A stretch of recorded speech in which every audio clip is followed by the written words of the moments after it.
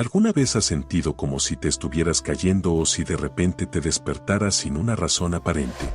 Estos movimientos musculares involuntarios, que pueden afectar a nuestras extremidades o a todo el cuerpo, se conocen como sacudidas hipnagógicas o mioclonías del sueño.